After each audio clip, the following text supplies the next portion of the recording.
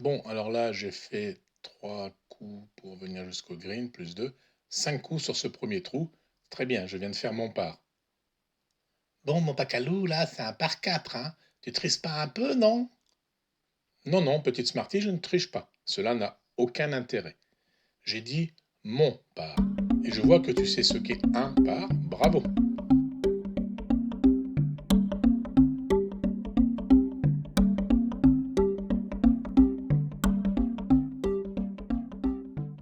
Quand je m'accorde, comme tu dis, un coup supplémentaire par rapport au par, c'est parce que j'ai le droit, selon les normes de calcul WHS du niveau d'un joueur, et c'est ce qu'on appelle son index en raccourci.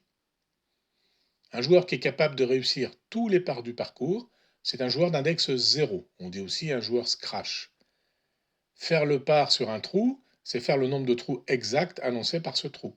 Par 3, un joueur scratch va faire 3 coups.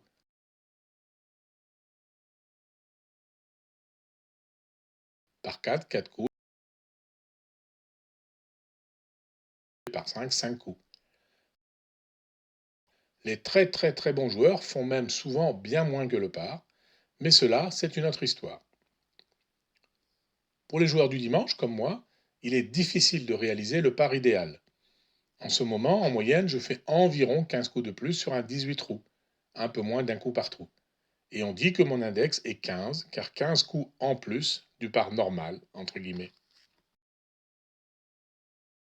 Alors le WHS, c'est le World Handicap System, et c'est une nouvelle méthode de calcul de nos scores depuis quelques années, qui a été définie pour harmoniser le calcul des scores et donc des index dans le monde entier. On peut ainsi pratiquer notre sport sur tous les continents et avoir le même calcul d'index partout où l'on aille. D'abord, on va calculer le score. Et le score, ça s'appelle le SBA, le score brut ajusté. Alors l'idée, c'est de calculer mon résultat brut, le nombre de coups par trou, en plafonnant le score de chaque coup à un nombre maximum, qu'on appelle une croix. Ça me permet de ne pas obérer totalement mon score global. Allez, c'est parti pour la méthode de calcul. Alors je prends la carte de score, avec ses parts. D'abord, je vais distribuer le nombre de coups reçus, qui dépend de mon index. Grosso modo, mon nombre total de coups reçus, c'est égal à mon index.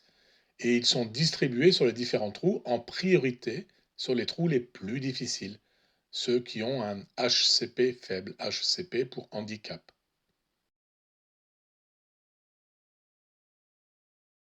Et mon score SBA par trou, ben, c'est égal au nombre de coups que j'ai réalisé vraiment, mon score, la ligne de score, mais c'est plafonné à la somme du par plus les coups reçus plus 2.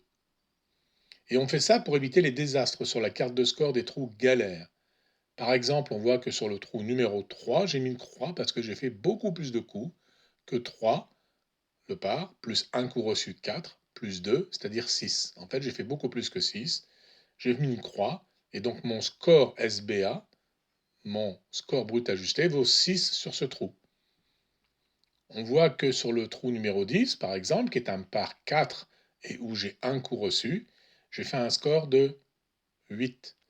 4 plus 1 plus 2, ça fait 7. On plafonne à 7. Et puis il y a aussi le trou 17 là. On voit que c'est un par 5. J'ai un coup reçu de 1, c'est-à-dire 6. Et j'ai fait 8, 2 coups de plus.